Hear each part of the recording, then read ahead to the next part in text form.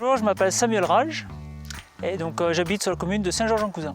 Mon métier principal, moi, c'est conducteur d'engin dans le travaux public. À côté, j'ai une petite ferme, je suis double actif en fait. Au niveau des bois, on va dire, c'est mieux un loisir et une transmission de mes parents. C'est une activité annexe qui permet, on va dire, d'entretenir déjà les boisés, de replanter pour les générations suivantes, quoi. Et puis essayer de faire une plus-value plus tard pour les enfants. Personnellement, j'aime mieux balader, voir des parcelles qui sont reboisées, qui dans quelques années auront de la valeur et puis qui seront jolies à voir. Bon, quand on voit actuellement ce que les taux rapportent, autant avoir une forêt que d'y placer serait livré, comme on dit. J'avais acheté un lot de parcelles d'une personne qui désirait vendre. J'ai bénéficié d'une subvention du département de la Loire.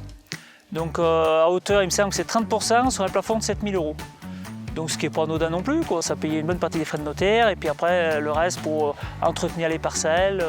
Sur le reboisement, le département nous a aidés et nous a permis l'achat des plants, tout ce qui est le passage de la mini-pelle. Ça permet quand même après de faire l'entretien derrière soi-même et ça remet une valeur au terrain. Sur le département de Saint-Georges-en-Cousin, on a reboisé 1,7 hectare qui ont été subventionnés justement. Le reboisement, ça ne fait pas que les trous où on plante.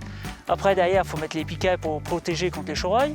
Et puis après derrière, pendant les 5 années qui suivent, il faut passer deux fois par an pour nettoyer le tour des plants, pour éviter que ça étouffe, donc tout ce qui est ronces, genêts. C'est un boulot quand même important derrière, quoi. Moi je suis adhérent au CRPF depuis plusieurs années. Donc c'est quand même un bon avantage parce qu'on a des techniciens. Donc quand on a un problème, les techniciens peuvent venir, ils nous apportent des solutions, ils nous expliquent un peu comment ça se passe, comment qu'on peut faire, si c'est que d'éclaircissement, de la coupe. Après pour le reboisement aussi, pour les différentes essences, et puis pour les aides aussi qui sont apportées.